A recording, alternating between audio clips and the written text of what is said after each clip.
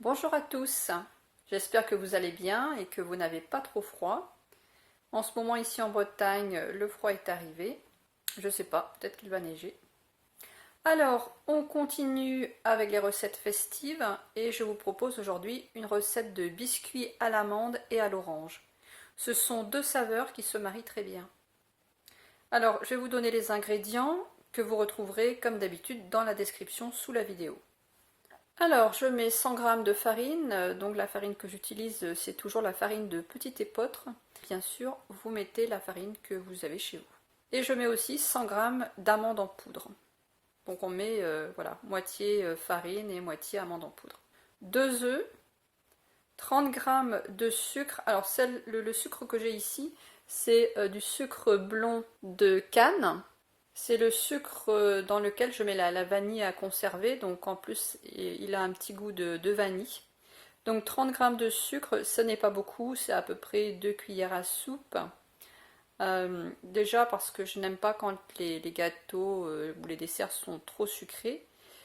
Et ensuite, je rajoute aussi une cuillère à soupe d'écorce d'orange confite, comme ceci en dés, je vais peut-être l'approcher. Et donc, les écorces d'orange sont déjà sucrées aussi. Du coup, je mets donc que 30 g de sucre de canne. Je mets aussi une cuillère à soupe d'arôme naturel de fleurs d'oranger. Et je rajoute des zestes d'orange. Alors, les zestes d'orange, ce que je fais quand j'ai des citrons et des oranges bio, je récupère les zestes et je les mets au congélateur. Donc ici, bon, c'est ce que j'avais fait, donc les zestes étaient au congélateur. Donc ça équivaut, je pense, à peu près ce que j'ai enlevé là à une demi-orange. Mais c'est suffisant, c'est pas la peine d'en mettre plus, parce qu'on a quand même déjà les écorces en plus. Alors bien sûr, si vous récupérez les zestes des citrons et des oranges, il faut que les agrumes soient bio, parce qu'autrement, ils sont arrosés de pesticides. Je rajoute 5 g de poudre à lever, donc, ou de levure chimique suivant ce que vous avez chez vous. Donc comme ici c'est un paquet de 10 g, je vais mettre la moitié du paquet. Et puis je vais rajouter aussi des amandes effilées, donc à peu près 30-40 g. Alors si on met pas de tout, et bien après c'est pas grave, on remet dans le paquet tout simplement. Donc avant de commencer la recette, je vais vous parler des œufs bleu blanc cœur 30 secondes. Donc les œufs bleu blanc cœur, pour ceux qui suivent la chaîne régulièrement, vous savez que je suis ambassadrice consommatrice depuis janvier 2023, donc presque 2 ans, de la marque Bleu Blanc Cœur. Donc c'est une démarche agricole qui vise à améliorer la qualité nutritionnelle de notre alimentation en diversifiant l'alimentation des animaux.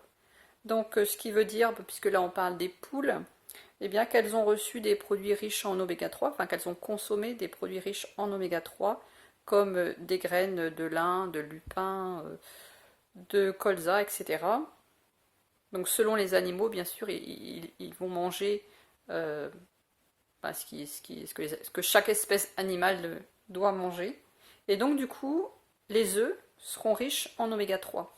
Vous reconnaîtrez les produits bleu blanc cœur dans les supermarchés, dans les magasins, grâce au logo qui se trouve sur leur emballage. Alors, pour quelles raisons je consomme ces œufs-là?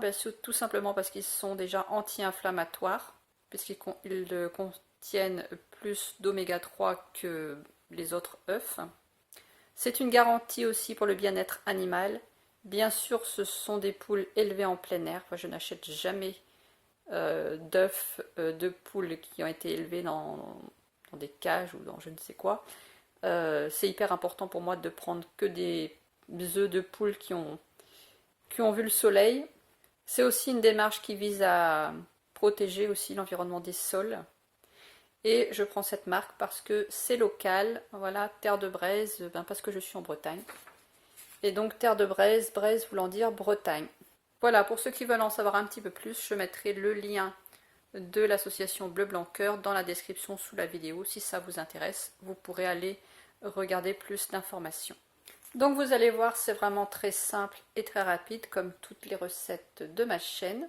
Donc je prends un saladier, je mets dedans la farine et on rajoute, vous rajoutez votre levure ou votre poudre à lever. Voilà, donc ici, bien, je mets la moitié du paquet puisque, bon, c'est approximatif. Comme c'est un paquet de 10 grammes, je mets la moitié. Et je viens bien mélanger. Ensuite, je rajoute les amandes en poudre. Pareil, je mélange. À chaque fois que je rajoute quelque chose, je mélange. Je rajoute le sucre. Pareil, je mélange. On rajoute les œufs, donc premier œuf. Deuxième.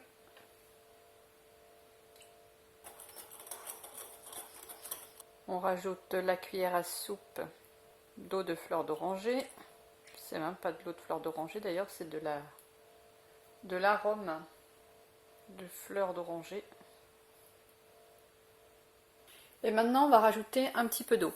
Alors l'eau, je vous ai pas donné tout à l'heure les proportions parce que ça dépend de plusieurs choses. Ça dépend de votre farine.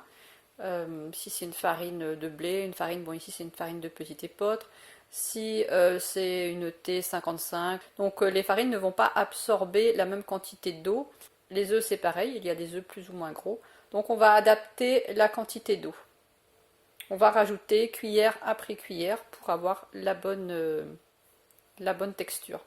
Donc je noterai quand même dans la description la quantité d'eau que j'ai rajoutée. Ici je rajoute déjà 3 cuillères. 2, 3. Je continue, je rajoute encore 2.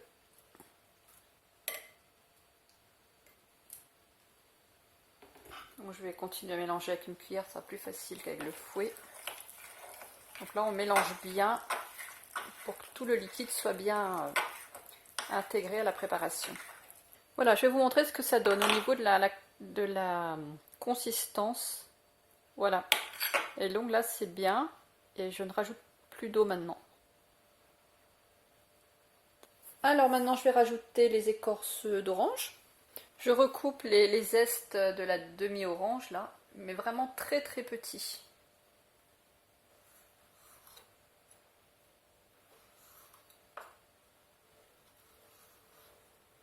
Donc si jamais ce sont des enfants qui font la recette, vous pourrez les aider pour recouper vraiment très petits les zestes pour pas qu'ils se coupent.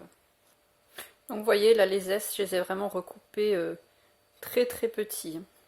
Donc je les rajoute à ma préparation. Voilà, c'est pareil, on remue bien pour bien amalgamer tous les ingrédients. Donc j'ai pris une grosse cuillère à soupe comme ça d'écorce d'orange donc de la boîte et je vais pareil, je vais les recouper en petits morceaux. Alors déjà ça se colle entre eux, donc je vais les décoller. Voilà, bah, avec le couteau tout simplement, et puis on va venir les hacher en fait avec votre couteau. Bon, moi je le fais qu'avec une main parce que autrement vous verrez rien avec le capteur de la caméra.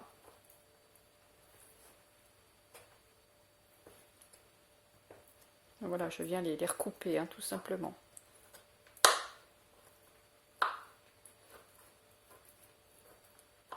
Donc pareil, hein, si vous faites ça avec des enfants, vous pouvez les aider pour recouper les morceaux. Donc voilà, on les hache bien en petits morceaux et puis pareil, on va les rajouter à la pâte.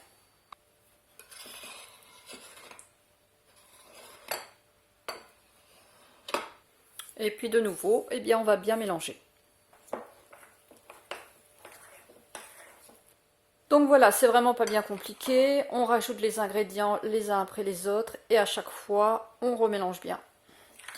De manière à ce que tous les ingrédients soient vraiment bien amalgamés.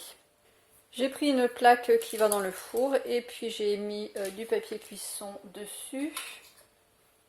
Donc maintenant on va venir former nos biscuits. Donc on prend une cuillère à soupe de pâte qu'on vient déposer sur la plaque.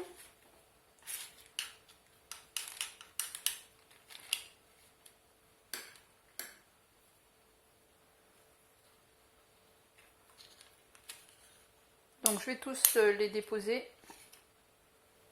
Voilà, donc alors normalement il faut les espacer un peu plus parce que vous voyez ils s'étalent et après ils vont se coller entre eux. Mais bon, avec la caméra c'est pas toujours facile de faire les bons mouvements parce qu'on est gêné avec la caméra en fait. Et puis bah, maintenant on met des amandes effilées dessus. Voilà, il ne reste plus qu'à les mettre dans le four à 180 degrés et bien sûr j'ai fait préchauffer mon four 5 minutes avant. Voilà, donc je les ai sortis du four, je les ai laissés refroidir et je les ai déposés ici sur un plat. Donc en tout ça fait 11, là j'ai pas mis les 11 dessus. Je les ai laissés 20 minutes à 180 degrés. Alors bien sûr il faut surveiller un peu la cuisson parce que au-delà de 20 minutes il ne faudrait pas qu'ils brûlent. Autrement ils seront trop durs. Ils sont parfaits pour accompagner une boisson chaude. Merci beaucoup d'avoir pris de votre temps pour regarder la vidéo. Pensez à vous abonner si vous ne l'êtes pas encore et pensez aussi à appuyer sur la cloche pour être informé quand les prochaines vidéos sortiront. Je vous retrouve très rapidement pour une nouvelle recette. Je vous souhaite à tous un très bon week-end. À bientôt!